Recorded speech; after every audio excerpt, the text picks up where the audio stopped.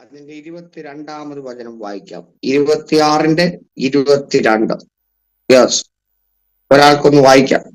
ഉൽപ്പത്തി 26-22 വായിച്ചോളൂ. അവൻ അവിടെ നിന്ന് മാറിപ്പോയി മറ്റൊരു കിണർ കുഴിച്ചു. അതിനെക്കുറിച്ച് അവർ ശങ്കിച്ചില്ല. യഹോവ ഇപ്പോൾ നമുക്കൊരു ഇടമുണ്ടാക്കി നാം ദേശത്ത് വർദ്ധിക്കുമെന്ന് പറഞ്ഞ് അവൻ അതിന് രഹബോത്ത് എന്ന് പേരിട്ടു. അവൻ അതിന് രഹബോത്ത് എന്ന് പേരിട്ടു. നമുക്ക് ഈ വേദഭാഗം അറിയാവുന്ന ഒരു വേദഭാഗമാണ്. ഈ ഇസഹാക്ക് തന്റെ അപ്പന്റെ കാലഘട്ടത്തിൽ നടന്ന ഒരു ക്ഷാമം ഉണ്ടായിരുന്നു. അബ്രഹാമിന്റെ കാലത്തുണ്ടായ ക്ഷാമം പോലെ വീണ്ടും ക്ഷാമം ഉണ്ടായി എന്നാണ് 26-ാം അധ്യായം തുടങ്ങുന്നത്. വായിക്കാൻ 26-1 മുതലൊന്ന് വായിച്ചേ. അബ്രഹാമിന്റെ കാലത്തുണ്ടായ മുമ്പിലത്തെ ക്ഷാമം കൂടാതെ പിന്നെയും ആ ദേശത്തൊരു ക്ഷാമം ഉണ്ടായി. അപ്പോൾ അബ്രഹാമിന്റെ കാലത്തുണ്ടായ ക്ഷാമം കൂടാതെ പിന്നീടും ആ ദേശത്ത് ക്ഷാമം ഉണ്ടായി. ദൈവമക്കളുള്ളിടത്ത് പ്രശ്നങ്ങൾ വരത്തില്ലെന്നില്ല, പ്രശ്നങ്ങൾ വരും, ക്ഷാമം വരും.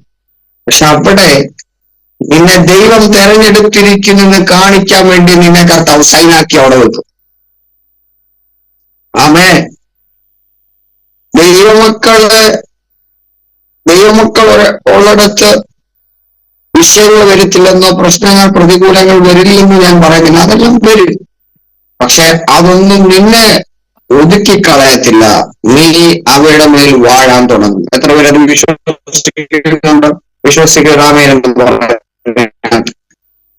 Hallelujah, hallelujah. ഈ ഇസ്ഹാക്കിന്റെ കാര്യം പറയുമ്പോൾ തൊട്ട് ഈ പിതാവിന്റെ കാര്യം പറഞ്ഞാ തുടങ്ങുന്നത്. ഞാൻ വളരെ ശാന്തമായിട്ടാ സംസാരിക്കുന്നത്. ദൈവം പറഞ്ഞു, നിങ്ങൾ ഈ ദേശത്ത് നിന്ന്, അതായത് ഇപ്പൊ ഇസ്ഹാക്ക് നിൽക്കുന്ന, നിങ്ങൾ എല്ലാവരും എന്റെ കൂടെ നിൽക്കണേ. ഇപ്പോൾ ഇസ്ഹാക്ക് നിൽക്കുന്ന ഈ സ്ഥലം തന്റെ സ്വന്തം ദേശമല്ല. അബീമേലെക്ക് എന്ന് പറയുന്ന വ്യക്തിയുടെ അണ്ടറിൽ കിടക്കുന്ന ഒരു ദേശത്തിലാണ് ഇപ്പോൾ ഈ ഇസ്ഹാക്ക് നിൽക്കുന്നത്. നമുക്ക് വായിക്കാം. അതിന്റെ 2-3 വാക്യങ്ങളൊന്ന് വായിച്ചേ. യെസ്. യഹോവ അവന് പ്രത്യക്ഷനായി അരുളി ചെയ്തെന്തെന്നാൽ, നീ മിസ്രൈമിലേക്ക് പോകരുത്, ഞാൻ നിന്നോട് കൽപ്പിക്കുന്ന പാർക്ക, ഈ ദേശത്ത് താമസിക്ക, ഞാൻ നിന്നോട് കൂടെ ഇരുന്ന് താമസിക്കുക, നിനക്കും നിന്റെ സന്തതിക്കും ഈ ദേശമൊക്കെ തരും. ദൈവം എപ്പോഴും സംസാരിക്കുന്നത് ആ വ്യക്തിയോടും സംസാരിക്കും, ആ വ്യക്തിയുടെ സന്തതിയെ കുറിച്ചും സംസാരിക്കും. നിങ്ങൾ അബ്രഹാമിനോട് സംസാരിച്ചപ്പോഴും അബ്രഹാമിനോട് മാത്രമല്ല സംസാരിച്ചത്. നമ്മൾ പല ഇടങ്ങളിൽ വായിക്കുന്നു, നിന്റെ സന്തതിക്ക് ഈ സ്ഥലം ഞാൻ കൈവശമാക്കി കൊടുക്കും. ദൈവം ഒരു വ്യക്തിയോട് എന്നോടാ സംസാരിക്കുന്നത്. ഇപ്പോൾ നമ്മുടെ അജിപ്പാസ്റ്റോട് അധികം സംസാരിക്കുന്നെങ്കിലും അടുത്ത വാക്ക് നിന്നോട് സംസാരിച്ചതിന് ശേഷം അടുത്ത നിന്റെ തലമുറയെ കുറിച്ചായിരിക്കും ദൈവം സംസാരിക്കുന്നത്. ദൈവത്തിനൊരു പ്രത്യേകതയാണ്. ഇസ്ഹാക്കിനെ കുറിച്ച് പറയുമ്പോൾ ഇസ്ഹാക്കിന്റെ അടുത്ത സന്തതിയെ കുറിച്ച് പറയുകയാണ്. എന്തിനാണ് പറഞ്ഞു? പരിശുദ്ധാത്മ പകർച്ച മാളികമുറിൽ വെളിപ്പെട്ടപ്പോൾ ഈ പത്രോസിൽ നിന്ന് പരിശുദ്ധാത്മാവിൽ പറഞ്ഞത്, ഇത് നിങ്ങളുടെ പുത്രന്മാരും പുത്രിമാരും, നിങ്ങളുടെ യൗവനക്കാർ ദർശനങ്ങൾ ദർശിക്കും. ആണോ? അടുത്ത ഒരു തലമുറയ്ക്ക് വേണ്ടി കൂടെ ഉള്ളതാണ് ദൈവം നിന്റെ കയ്യിൽ ഏൽപ്പിക്കുന്നത്. നിനക്ക് മാത്രമുള്ളതല്ല, അടുത്ത ഒരു തലമുറയെ ചലിപ്പിക്കാനുള്ളതെന്തോ ദൈവം നിന്റെ കയ്യിൽ തരുന്നു. ദൈവം നിന്നോട് സംസാരിക്കുന്നു. Hallelujah, hallelujah. യെശയ്യാവിന്റെ പുസ്തകത്തിൽ ഇങ്ങനെ എഴുതിയിട്ടുണ്ട്, ഈ വചനം നിന്റെ വായിൽ നിന്നും നിന്റെ സന്തതിയുടെ വായിൽ നിന്നും നീങ്ങിപ്പോകത്തില്ല. ഇത് നിന്നെ തൊട്ടെങ്കിൽ നിന്റെ തലമുറയെ തൊടും. ദൈവം തലമുറകളുടെ ദൈവമാണ്. ജനറേഷന്റെ ദൈവമാണ് ദൈവം. ഹല്ലേലൂയ. എത്ര പേര് അത് വിശ്വസിക്കുന്നുണ്ട്? നിന്നോട് സംസാരിക്കും, നിന്നോട് മാത്രമല്ല അടുത്ത തലമുറയ്ക്ക് വേണ്ടിയാ സംസാരിക്കുന്നത്. ഹല്ലേലൂയ. സുജാത അനിൽ എന്ന് പറഞ്ഞ ഡിവൈസ് കേൾക്കുന്നുണ്ടോ? നിങ്ങളോട് സംസാരിക്കും, നിങ്ങളോട് മാത്രമല്ല നിങ്ങളുടെ തലമുറയെ കുറിച്ചുകൂടെ വേണ്ടിയാണ് സംസാരിക്കുന്നത്. ഹല്ലേലൂയ. ഹല്ലേലൂയ. സാഖാലാരാധ ശങ്കരാരകർത്തല അഹങ്കരാജര പരിസരം. അപ്പം ഇസ്ഹാക്കിനോട് പറയും, ഇത് നിനക്കും നിന്റെ സന്തതിക്കുള്ള ദേശമാണ്. അടുത്ത വാക്യം വായിച്ചു. എന്റെ പിതാവായ അബ്രഹാമിനോട് ഞാൻ ചെയ്ത സത്യം നിവർത്തിക്കും. അബ്രഹാം എന്റെ വാക്ക് കേട്ട് എന്റെ നിയോഗവും കൽപ്പനകളും ചട്ടങ്ങളും പ്രമാണങ്ങളും ആചരിച്ചതുകൊണ്ട് ഞാൻ നിന്റെ സന്തതി നക്ഷത്രങ്ങളെ പോലെ വർദ്ധിപ്പിച്ച് നിന്റെ സന്തതിക്ക് ദേശമൊക്കെ. ഇനി നമുക്ക് അപ്പൊ അദ്ദേഹം അവിടെ നിൽക്കുകയാണ്. വായിക്കാം. അതിന് 12 വായിച്ചു. 12 മുതൽ വായിച്ചു. ഇസ്ഹാക്ക് ആ ദേശത്ത് വിതച്ചു, ആ ആണ്ടിൽ 100 മേനി വിളവ് കിട്ടി. യഹോവക്ക് ആ ദേശത്ത്, ഏതാണ് അബീമേലെക്കുള്ള ദേശത്ത് വിതച്ചു. അതിന് കുറച്ച് ധൈര്യം വേണം. നിങ്ങൾക്ക് എത്ര പേർക്ക് ധൈര്യമുണ്ട്? ഒരു സാധ്യതയില്ലാത്തടത്ത് വിതയ്ക്കാൻ എത്ര പേർക്ക് ധൈര്യമുണ്ട്? ചിലരാണെങ്കിൽ ഈ ഞാൻ ചിലരുടെ ഈ വീഡിയോ കാണാത്തോണ്ട് അവരെന്താ ചെയ്യുന്നതെന്നും എനിക്ക് മനസ്സിലാകുന്നില്ല. ഞാൻ ഒരു വട്ടവും ഒരു കലം ഇങ്ങനെ പെടുത്തി വെച്ചിരിക്കുന്നത് കാണുന്നത്. അല്ലേലൂയ. നിങ്ങള് ഇതിന്റെ അകത്ത് ജോയിൻ ആവുന്നുണ്ടെങ്കിൽ നിങ്ങൾ കേട്ടാൽ മതി, കുഴപ്പമില്ല. നിങ്ങൾ വർക്ക് ഡ്യൂട്ടിയിലാണെങ്കിൽ നിങ്ങളിത് കേൾക്കുക. ഇത് നിങ്ങൾക്കുള്ള പ്രവചന സന്ദേശമായിരിക്കും.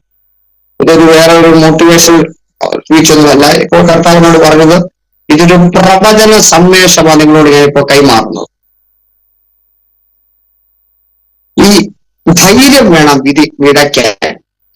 വേറൊരു നാട്ടില് കുറച്ച് ധൈര്യം വേണം. നമ്മുടെ നാട്ടിൽ വിതയ്ക്കാനൊന്നും കുഴപ്പമില്ല, അല്ലേ?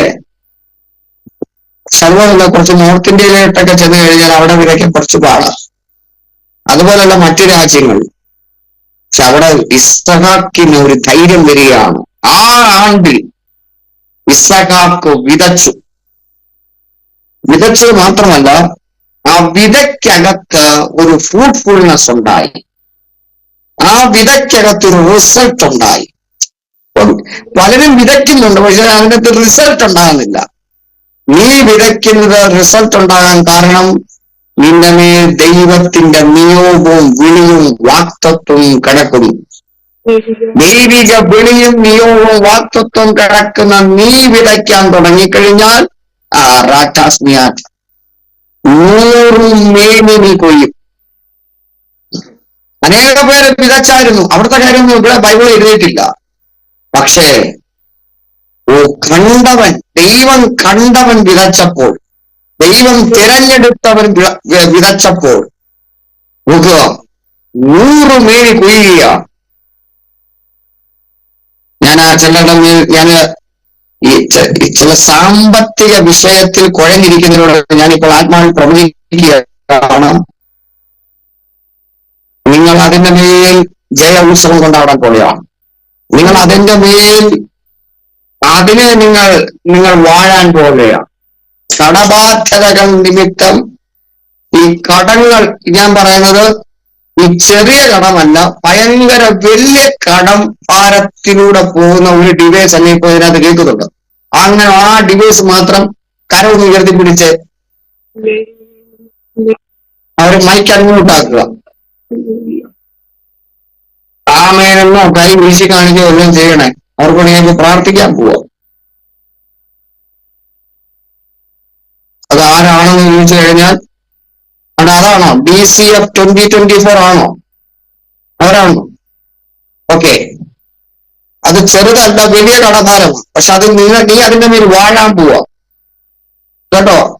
ആന്റിയുടെ ആത്മാവിൽ പ്രവചിക്കുകയാണ്, അതിന്റെ മേൽ വാഴാൻ പോവാ. എന്നെ കർത്താവ് കാണിച്ചത് ചെറിയ തുകയൊന്നും അല്ല, പലരും നിന്നെ ചതിച്ചതാ, പലരും നിന്നെ, എന്നോട് കർത്താവ് അങ്ങനെ പറയുന്നത്, എനിക്കറിയത്തില്ല ഇത് ആരാണെന്ന്. പലരും അങ്ങനെ ആ രീതിയിൽ ഇതാക്കിയത്. പക്ഷെ കർത്താവ് വലിയൊരു മിറക്കിൾ ലൈഫിൽ ചെയ്യാൻ പോകുന്നു. വിശ്വസിക്കുക, ഏറ്റെടുക്കുക. ആമേൻ. Hallelujah, hallelujah. ശബ്ദരാധാസിയാത് അർത്ഥ ഏകാലിയാരകശസ്. ആ DCF 2024 മൈക്ക് ഒന്ന് അൺമ്യൂട്ടാക്കാം. ഈ പറയുന്നത് ശരിയാണോ ചോദിക്കട്ടെ. ആണോ ആണോ ആന്റി?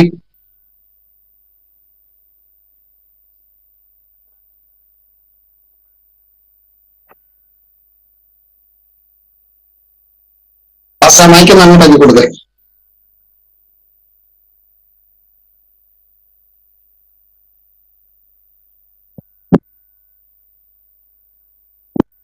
അവിടെ നിന്ന് നെറ്റ് പ്രോബ്ലം ഏതാണെന്ന് തോന്നുന്നു. ഓക്കെ,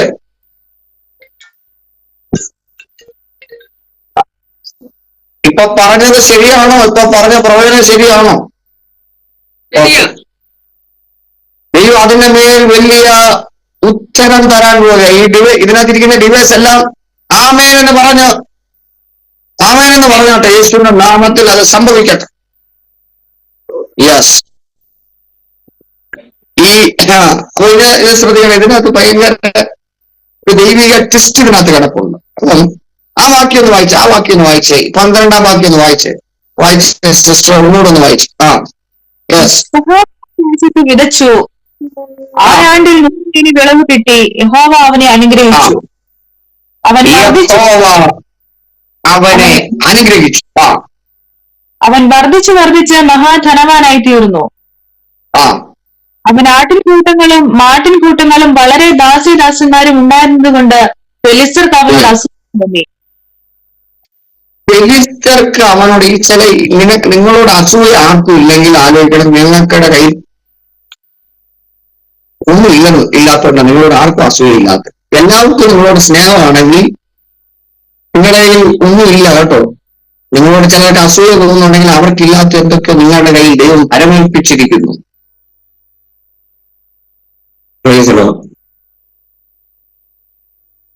എപ്പോഴും ദൈവ നിയോഗത്തിന്റെ അകത്ത് കയറിയവരോട് ഈ ശണ്ടയിടുന്നവരുണ്ട് ചിലര്. കാരണം നമ്മൾ വായിക്കുന്നുണ്ട്, ഇസഹാക്ക് ജനിച്ചപ്പോൾ ഇസ്മായേലും ഇസഹാക്കുമായിട്ട് ഒത്തുചേർന്ന് പോകുന്നില്ല. അതുകൊണ്ട് ദൈവം അബ്രഹാമിനോട് പറയും, നീ ദാസ്യം മകനെ പുറത്താക്കി കളയുക.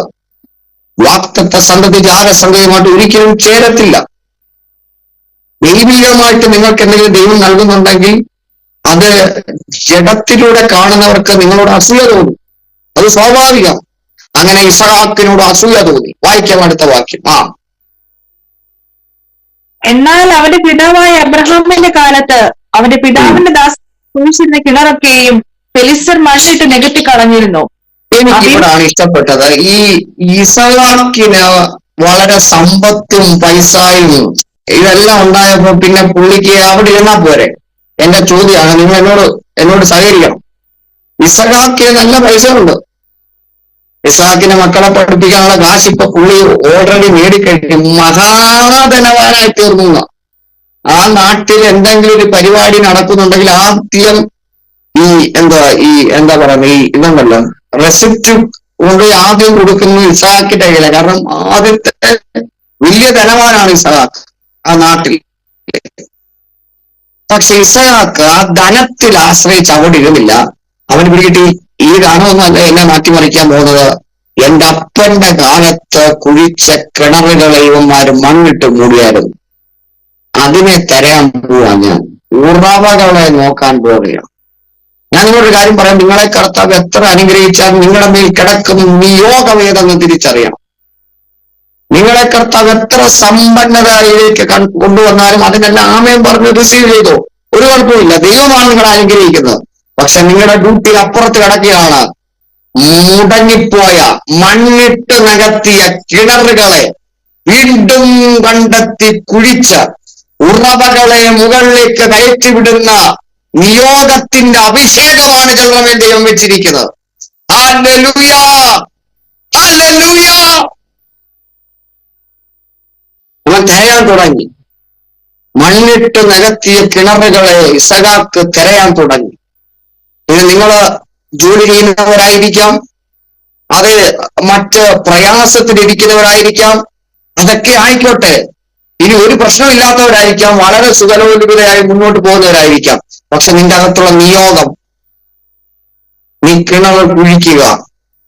മണ്ണിട്ട് മൂടി അതേ സ്ഥലത്ത് നീ പുതിയ കിണറല്ല കുഴിക്കേണ്ടത്, നിന്റെ പിതാക്കന്മാരുടെ കാലത്തിൽ മൂടിപ്പോയ കിണറുകളെ വീണ്ടും കുഴിച്ചെടുക്കണം. പുതിയ കിണർ ഇസഹാക്ക് കുഴിച്ചു എന്ന് അവിടെ എഴുതിയിട്ടില്ല. മണ്ണിട്ട് മൂടിക്കളഞ്ഞ അതേ കിണറിനെ വീണ്ടും കുഴിക്കാൻ തുടങ്ങി. ഞാൻ ആത്മാവിൽ നിങ്ങളൊരു കാര്യം പറയാം, നിങ്ങൾ വീണ്ടും കുഴിക്കണം, പുതിയതല്ല. കഴിഞ്ഞ വർഷങ്ങളിൽ മണ്ണിട്ട് പോയ കിണറുണ്ടല്ലോ, അതിനെ വീണ്ടും കുഴിക്കും. വീണ്ടും നീ ഫെയ്ത്തിൽ ട്രൈ ചെയ്യുക, നീ വീണ്ടും അഭിഷേകത്തിൽ ട്രൈ ചെയ്യുക. നീ വീണ്ടും കുഴിക്കുക, നീ വീണ്ടും ട്രൈ ചെയ്യുക, നീ വീണ്ടും പരിശ്രമിക്കുക. കുഴിച്ച് തുടങ്ങിയ ടൈമിൽ വായിക്കാം.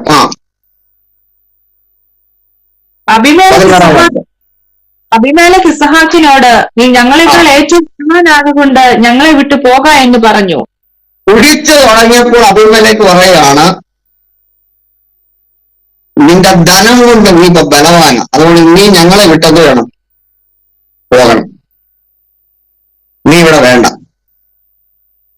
എന്താ പറഞ്ഞ്? നീ ഇവിടെ വേണ്ട, നിന്റെ ബലമൊന്നും ഇവിടെ വേണ്ട, നീ ബലവാന, ഞങ്ങളെക്കാൾ ബലമേറിയവനാ നീ, നീ അതുകൊണ്ട് ഈ ദേശം വിട്ടു പോകണമെന്ന് പറഞ്ഞു. ഇസഹാക്ക് അതിനെ തിരിച്ച്, ഞാനിവിടെ തന്നെ മാർക്കത്തുള്ളൂ എന്ന് പറഞ്ഞു നിന്നില്ല. അവൻ എന്ത് ചെയ്തു? അവൻ താഴ്വരയിലേക്ക് കൂടാരം അടിച്ചു. വായിക്കാം. അങ്ങനെ ഇസഹാക്ക് അവിടെ നിന്ന് പുറപ്പെട്ട് ഗേരാർ താഴ്വരയിൽ കൂടാരം അടിച്ചു. അവിടെ തന്റെ പിതാവായ അബ്രഹാമിന്റെ കാലത്ത് കുഴിച്ചതും അബ്രഹാം മരിച്ച ശേഷം നികത്തി കളഞ്ഞതുമായ കിണറുകൾ ഇസഹാക്ക് പിന്നെയും കുഴിച്ചു. അബ്രഹാം മരിച്ചത് ശ്രദ്ധിക്കണം, നിങ്ങൾ എന്റെ കൂടെ നിൽക്കണേ. ഇതിന്റെ വലിയ രസമുണ്ട്. അബ്രഹാം ജീവിച്ചിരുന്ന ടൈമിൽ ഇവന്മാര് ഈ കിണവ് മൂടിയില്ല. അബ്രഹാം എന്ന് മരിച്ചോ അന്ന് ഈ കിണവ് മൂടാൻ ഫിലിസ്തീന് കൂടി വന്നു. എന്ന് പറഞ്ഞാൽ ഇനിയിപ്പോ അബ്രഹാം മരിച്ചു, ഇനിയിപ്പോ കിണർ കൊണ്ടൊന്നും യാതൊരു കാര്യമില്ല, ഇനി ഇതിനെ ചോദിക്കാനും പറയാനൊന്നും ആരും വരുത്തൊന്നുമില്ല, ഇതിനെ മൂടിയേക്കാം. അബ്രഹാം ഹിസ്റ്ററി ഇതിലൂടെ നഷ്ടപ്പെട്ടു പോകട്ടെ. അബ്രഹാം ഇങ്ങനെ ഒരു കിണർ കുഴിച്ചിട്ടേ ഇല്ലെന്ന് അടുത്ത തലമുറകൾ ഇനിയാ ഓർക്കരുത്, കാണരുത്, പറയരുത്, ചിന്തിക്കരുത്. അതിന് പകരമായി അതിനു വേണ്ടി തന്നെ ഈ കിണറിനെ മൂടിക്കളഞ്ഞു അബ്രഹാമിന്റെ മരണശേഷം. പക്ഷെ അവരാരും ചിന്തിക്കാത്തൊരു ജനറേഷൻ പുറപ്പെട്ടു വരികയായിരുന്നു. ഹല്ലേലൂയ. ഒരുവനെ ഇല്ലാതാക്കാൻ തുടങ്ങിക്കഴിഞ്ഞാൽ വേറൊരുവൻ നിയോഗത്തോടെ കയറി വരും. അൽബറാത്ത എന്തറിയാമോ? നമ്മളെ സ്വപ്നക്കാരൻ ജോസഫ്, യാക്കോബ് പറഞ്ഞു, ഈ സഹോദരന്മാരുടെ അടുക്കൽ പോകണം, അവരെ ക്ഷേമമായി ഇരിക്കുന്നുണ്ടോ എന്ന് അന്വേഷിച്ചിട്ട് വരാൻ പറഞ്ഞു. അങ്ങനെ ജോസഫ് ഈ ഭക്ഷണമൊക്കെ ആയിട്ട് ഈ സഹോദരന്മാരെ അന്വേഷിച്ചു പോകുന്നുണ്ട്.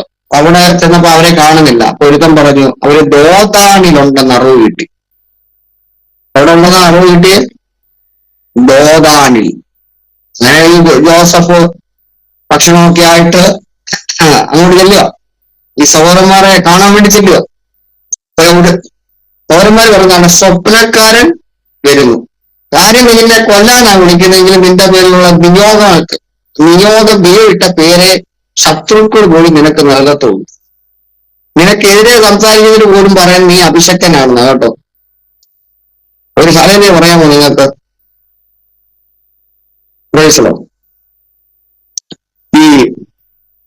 അപ്പൊ ദോതാനിൽ വെച്ചാണ് ഈ സ്വപ്നക്കാരനെ ഇല്ലാതാക്കാൻ ശ്രമിച്ചു. അവനെ പൊട്ടക്കിണറ്റിലേക്ക് തള്ളിയിട്ടു. അവന്റെ വസ്ത്രം അപ്പൻ കൊടുത്ത നിലയിൽ വലിച്ചു കീറി അവനെ അടിമയായി വിറ്റതും ഒക്കെ ഈ ദോതാനിൽ വെച്ച. അപ്പൊ ഒരു സ്വപ്നക്കാരനെ ഇല്ലാതാക്കാൻ, ദോതാനിൽ വെച്ച് ഒരു സ്വപ്നക്കാരനെ ഇല്ലാതാക്കാൻ സഹോദരന്മാര് റെഡിയായി. നിങ്ങൾക്കറിയാമോ, വർഷങ്ങൾക്ക് ശേഷം ആരാം രാജാവ് ചോദിച്ചു, എലീശയും എലീശയുടെ പ്രവാചകന്മാരും എവിടെയെന്ന് ചോദിച്ചതിന് രാജാക്കന്മാരുടെ പുസ്തകത്തിൽ നമ്മൾ ഇങ്ങനെ വായിക്കുന്നു, അവർ ദോതാനിലുണ്ടെന്ന് അറിവ് കിട്ടി. ഒരു സ്വപ്നക്കാരനെ ദോതാനിൽ വെച്ച് നശിപ്പിക്കാൻ തുടങ്ങിയപ്പോൾ ഒന്നിനെ അല്ല, ആയിരക്കണക്കിന് പ്രവാചക ശിഷ്യന്മാർ എഴുന്നേൽപ്പിക്കുന്ന പ്രോഫറ്റിക്കൽ സ്കൂള് അതേ മണ്ണിൽ ദൈവം സ്ഥാപിച്ചു. പ്രൈസലോ, ഒരുത്തനെ ഇല്ലാതാക്കാൻ പിശാച് ശ്രമിച്ചപ്പോൾ അടുത്ത തലമുറ ഇതാ നിയോഗവുമായിട്ട് കയറി വരികയാണ്. നിന്റെ മുന്നിൽ പോയ അനേകരെ പിശാച് ഇല്ലാതാക്കാൻ ശ്രമിച്ചു. പക്ഷെ നീ അവയുടെ മേൽ വാഴാൻ പോകുകയാണ്. നീ അതിന്റെ മേൽ ജയോത്സവം കൊണ്ടാടാൻ പോകുകയാണ്. വിശ്വസിക്കുന്നവർ കരങ്ങൾ അടിച്ച് വാകൾ തുറന്ന് ആമേൻ എന്ന് പറഞ്ഞ് അന്യഭാഷയിൽ സ്തോത്രം ചെയ്യാം. ഈ അബ്രഹാമിനെ കൊന്നു കഴിഞ്ഞിട്ട് കിണറെല്ലാം മൂടാം, ഇനി എല്ലാം വിഷയം തീർന്നു എന്ന് പറയുമ്പോ അടുത്ത ഇതാ വരിക, ഇസഹാക്ക് കയറി, ഐസക് ജനറേഷൻ വരികയാണ്. നീക്കിക്കളഞ്ഞ കിണറുകൾ വീണ്ടും കുഴിക്കാൻ തുടങ്ങി. എവിടാണ് ഇനി കുഴിക്കുന്നത്? ഇനി താഴ്വരയിലാണ് കുഴിക്കുന്നത്.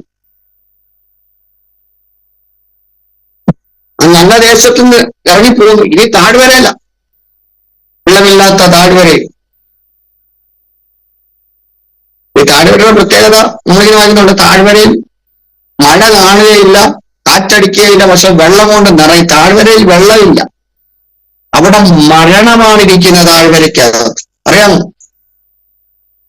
അതുകൊണ്ടാണ് നമ്മൾ വായിക്കുന്നുണ്ട് യെഹെസ്കേലിന്റെ പുസ്തകം നമ്മളിങ്ങനെ വായിക്കുന്നത്, യെഹെസ്കേലിനെ ആത്മാവ് അസ്ഥിയുടെ താഴ്വരയിലേക്ക് നടത്തി. മരണമാണ് താഴ്വരയ്ക്കകത്തുള്ളത്. താഴ്വര നല്ല ദേശമല്ല.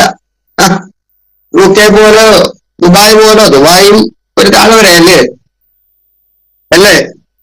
ഇപ്പുറം നിൽക്കുന്നവർക്ക് അക്കാലത്തൊന്നും ഭയങ്കര ദുബായിയാണ്, പക്ഷെ അവിടെ കൂടെ ദൂരെ ചെയ്യുന്നവർക്ക് അറിയാതെ താഴ്വരയാണ്.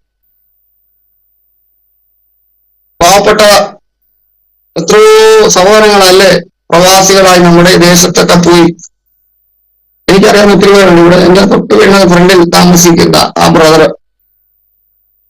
ഞങ്ങൾ പുള്ളിയിലെ ഓഫീസറാണ്. നോക്കിയപ്പോൾ അവിടെ പോയി പുള്ളി ടെന്റിൽ കിടക്കുക എല്ലാവരുടെയും കൂടെ. താഴ്വര, ഈ താഴ്വര എന്ന് പറയുന്നത് മരണമാണ് താഴ്വരയ്ക്കകത്തിരിക്കുന്നത്. ഒരിക്കലും ഒരു നന്മ താഴ്വരയ്ക്കകത്തില്ല.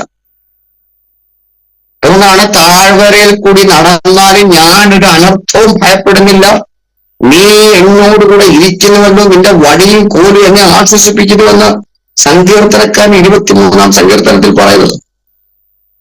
അസ്ഥിയുടെ താഴ്വരയിൽ ചെന്ന് മരണമാണ് മണക്കുന്നത്. അവിടെ ജീവനില്ല,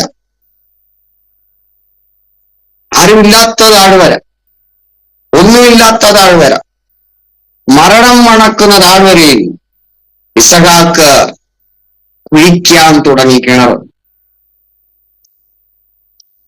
പ്രതീക്ഷ ഒന്നുമില്ലാത്തടത്ത് നീ കുഴിക്കാൻ നിയോഗപ്രകാരം കുഴിക്കാൻ തുടങ്ങിക്കഴിഞ്ഞാൽ ഒട്ടും പ്രതീക്ഷിക്കാത്ത രീതിയിലുള്ള വെള്ളം ഉറവകൾ എന്റെ മുന്നിലൂടെ ഒഴുകാൻ തുടങ്ങും.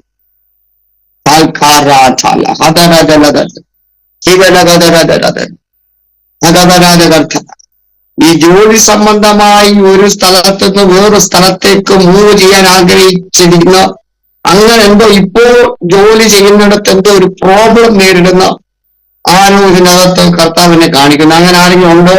ഒന്ന് കര ഉയർത്തി പിടിക്കാതെ. കേൾക്കുന്നുണ്ടെങ്കിൽ നിങ്ങൾക്ക് ഈ സൂമിനകത്ത് തന്നെ ഇങ്ങനെ റൈസ് ഹാൻഡ് ഉണ്ട്. ജോലി മേഖലയ്ക്കകത്ത് തന്നെ കർത്താവ് അങ്ങനെ കാണിക്കുന്നു. ഒരു സ്ഥലത്ത് നിന്ന് മറ്റൊരു സ്ഥലത്തേക്ക് മൂവ് ചെയ്യാൻ വേണ്ടി ഇങ്ങനെ എന്തോ എനിക്കറിയത്തില്ല, അങ്ങനെ ഒരു ഡിസിഷനിലേക്ക് വരുന്ന ഒരു ഫാമിലിയാണ് പരിശുദ്ധാത്മാവ് അങ്ങനെ കാണിക്കുന്നത്. നിങ്ങളെ കർത്താവ് മൂവ് ചെയ്യിപ്പിക്കാൻ പോവുകയാണ്. നിങ്ങൾ ആ സ്ഥലത്ത് നിന്ന് പറിച്ചു നടാൻ പോവുകയാണ്. നിങ്ങൾക്ക് ഒരു താഴ്വര എന്ന് നിങ്ങൾക്ക് തോന്നും, പക്ഷെ അവിടെയാണ് നിന്റെ ബ്ലെസ്സിങ് ദൈവം വെച്ചിരിക്കുന്നത്. ദൈവം വെച്ചിരിക്കുന്ന ബ്ലെസ്സിങ് വേറെ എങ്ങുമല്ല. ദൈവം വെച്ചിരിക്കുന്ന ബ്ലെസ്സിങ് താഴ്വരയ്ക്കകത്താണ്.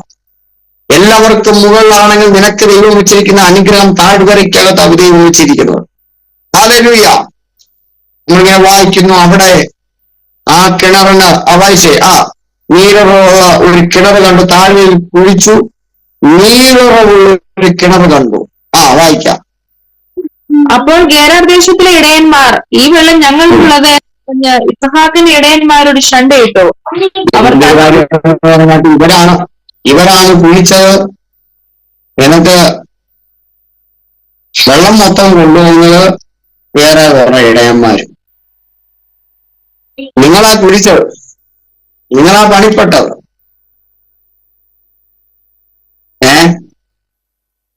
അന്ന് നിങ്ങളുടെ കൂടെ ആരും ഇല്ലായിരുന്നു. എന്തൊക്കെ കൊടുത്തത്?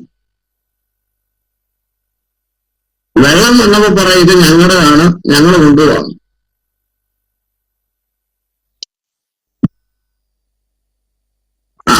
ഇങ്ങനൊരു വാക്യമുണ്ട്, താൻ വിരിയാത്ത മുട്ടയ്ക്ക് ഉരുമിരിക്കുന്ന തിത്തിര പക്ഷിയെ പോലെ ഒരു വാക്യമുണ്ട് ബൈബിളിനകത്ത്. എന്ന് പറഞ്ഞാൽ കുയില് കൂടില്ലല്ലോ, കുയില് വന്ന് കാക്കയുടെ കൂട്ടി മുട്ടയിടും.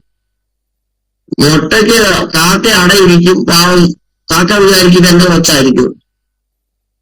അടയിരുന്ന് മുട്ട പുറത്ത് വരുന്ന, പിന്നെ കുയിലിന്റെ വോയിസ് ഈ കാക്ക വിചാരിക്കും കാക്കയുടെ കൊച്ചു വളർന്നിട്ട് പിന്നെ കൂന്നിങ്ങനെ പോവാൻ തുടങ്ങുന്നു, പിടിയിട്ടും നമ്മുടെ കൊച്ചല്ല, ഇത് വേറെ ആരാണ്ട് പണി തന്നതാണ്.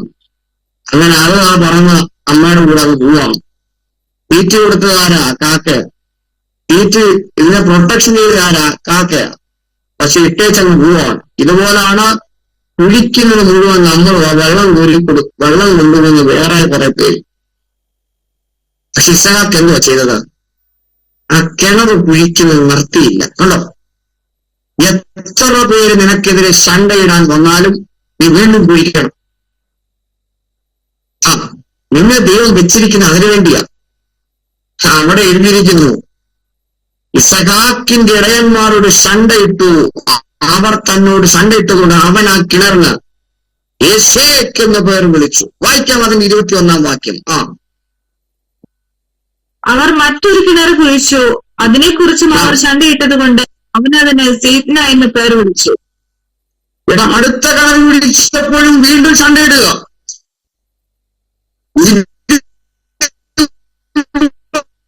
ഇല്ലാത്ത പ്രോബ്ലം പറ്റും. കാരണം ഇതുവരെ ഇല്ലാത്ത പ്രോബ്ലം നിങ്ങളുടെ ലൈഫിൽ കയറി വരുന്നുണ്ടെങ്കിൽ അതിനർത്ഥം നിങ്ങൾ കുഴിക്കുന്ന കറക്റ്റ് പ്ലേസിലാണ് നിങ്ങൾ കുഴിക്കുന്നത്. നിങ്ങൾ കുഴിക്കുന്ന ഇടം കറക്റ്റ് സ്ഥലത്തിലാണ് നിങ്ങൾ കുഴിക്കുന്നത്. കാരണം ഈ പ്രശ്നങ്ങൾ വരുമ്പോൾ ഷിഫ്റ്റിംഗിന്റെ ടൈമാണ്. പ്രതികൂലം കയറി വരുമ്പോൾ തിരിച്ചറിഞ്ഞോ, തൊട്ടടുത്ത് നിനക്ക് വേണ്ടി രഥപോത്ത് വെയിറ്റ് ചെയ്യുന്നുണ്ട്.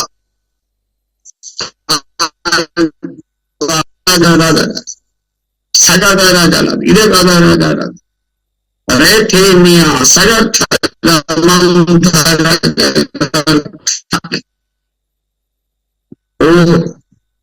അവിടെ നമ്മളിങ്ങനെ വായിക്കുന്നു, വീണ്ടും താൻ കിണർ കുഴിച്ചു. വായിക്കാം അതിന്റെ 22 മുതൽ വായിച്ചേ. അവൻ അവിടെ നിന്ന് മാറിപ്പോയി മറ്റൊരു കിണർ കുഴിച്ചു, അതിനെക്കുറിച്ച് അവർ ശണ്ടയിട്ടില്ല. യഹോവ ഇപ്പോൾ നമുക്ക് ഇടമുണ്ടാക്കി നാം ദേശമെന്ന് പറഞ്ഞ് അവൻ അതിന് രഹബോത്ത് എന്ന് പേരിട്ടു. രഹബോത്ത് എന്ന പേരിട്ടു. ഇവിടെ ശ്രദ്ധിച്ച ദൈവത്തിന് മക്കളെ, എനിക്ക് വാക്യം വായിക്കുമ്പോൾ എനിക്ക് ഭയങ്കര സന്തോഷം തോന്നാറുണ്ട്. ഈ പുറകെ കൂടിയ ഈ പ്രശ്നം ഉണ്ടാക്കിയ കൂട്ടുകാരെല്ലാം പിടികിട്ടി. എടാ, ഇനി എത്ര ഇവനെതിരെ ദ്രോഹിച്ചാലും ഇവൻ കിണർ കുഴി നടത്തത്തില്ല. ഇവനെതിരെ എത്ര ഇനി അപവാദം പറഞ്ഞാൽ ഇവന്റെ പ്രാർത്ഥന ഇവൻ നടത്താൻ പോകുന്നില്ല. ഇവൻ എത്ര എതിരെ ഇത് പരിഹസിച്ചാലും ഇവന്റെ മേൽ കിടക്കുന്ന അഭിഷേകത്തെ തൊടാൻ ആർക്കും കഴിയത്തില്ല. ഇവനെതിരെ എത്ര പേർ അണിനിരന്നാലും ഇവന്റെ നിയോഗത്തെ തൊടുവാൻ ആർക്കും കഴിയുകയില്ല. യെസ്, അവന്മാര് വന്നില്ല. പിന്നെ ഈ ചണ്ടേട്ടന്മാര് പിന്നെ കൂടെ വന്നില്ല. പിന്നെ അവന്മാർ ഓടി ഒളിക്കുക. കാരണം ഇവന്റെ മേൽ രഹബോത്ത് വെളിപ്പെടുകയാണ്. രഹബോത്ത് വെളിപ്പെട്ടപ്പോൾ അടുത്ത് കാണുന്നു, അവർ ദേശത്ത് വർദ്ധിച്ചു. ഇത് വർധനവിന്റെ ടൈമാണ്. ഇത് ആത്മീയ കാര്യത്തിലാണ് നീ വർദ്ധിക്കാൻ പോകുന്നത്. സ്പിരിച്വൽ കാര്യത്തിൽ നീ ഓൾറെഡി ധനവാനായി തീർന്നിരിക്കും സഹാക്കെ. പക്ഷെ നിന്റെ ശ്രുതി പരക്കാൻ പോവുകയാണ്. യേശു കർത്താവിന്റെ ആത്മാവിന്റെ ശക്തിയോടെ യേശു ഗലീലയിലേക്ക് മടങ്ങി വന്നപ്പോൾ യേശുവിന്റെ ശ്രുതി സിറിയയിലും യോർദാനക്കരയിലും യഹൂദയിലും ശമരിയയിലും ശ്രുതി പരന്നതുപോലെ അന്ന് വരെ നിലനിന്നിരുന്ന പേരുകൾ മറ്റു പേരുകളായിരുന്നു. എന്നാൽ ഒരു പേര് മാത്രം ഉയർന്നു. അതേ നിന്റെ പേര് ഈ ഉണർവിന്റെ മുമ്പിൽ കർത്താവ് ഇടാൻ പോകുകയാണ്. നിങ്ങൾ പോകുന്ന വർക്ക് ചെയ്യുന്ന ഓഫീസിൽ നിന്റെ പേര് ഉയർന്നു കേൾക്കാൻ പോകുകയാണ്.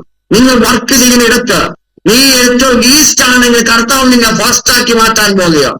നിന്റെ പേരിനെ തടസ്സം വെക്കുന്ന വേറൊരു പേരും നീ ജോലി ചെയ്യുന്നിടത്ത്, നീ താമസിക്കുന്നിടത്ത് ഉണ്ടാകില്ല. നീ ആയിരിക്കും ആദ്യത്തവൻ.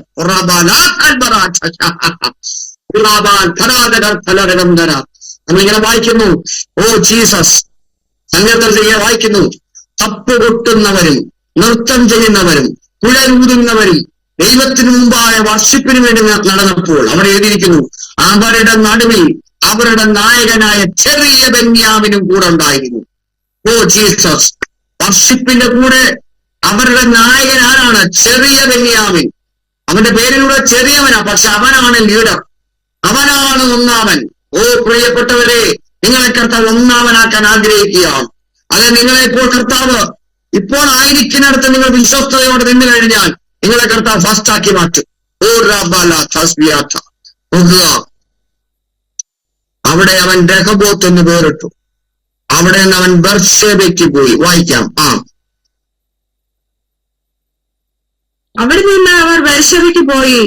അന്ന് രാത്രി യഹോവ അവന് പ്രത്യക്ഷനായി, ഞാൻ നിന്റെ പിതാവായ രഹബോത്ത് വെളിപ്പെട്ടപ്പോൾ ദൈവത്തിന്റെ അടുത്ത എൻകൗണ്ടർ തുടങ്ങുകയാണ്. ഞാനൊരു കാര്യം പറയാം. ഒരു വ്യക്തിക്ക് എന്റെ ഇപ്പോഴത്തെ ഒരു മിനിസ്ട്രിയുടെ ഞാൻ മനസ്സിലാക്കിയ ഒരു കാര്യത്തിൽ ഞാൻ പറയാം, ഒരുവൻ ഒന്ന് ഓപ്പൺ ആയി കഴിഞ്ഞാൽ പിന്നെ അടുത്ത ഓപ്പണിങ്ങിന്റെ കാലമായിരിക്കും കേട്ടോ. ഒന്ന് നിന്റെ ലൈഫിന്റെ അകത്ത് ഒന്ന് തുറക്കപ്പെട്ടു കഴിഞ്ഞാൽ പിന്നെ അടയ്ക്കപ്പെടുന്നത് നിന്റെ ലൈഫിൽ അസാധ്യമാണ്. രഹബോത്ത് വെളിപ്പെട്ടപ്പോ പിന്നെ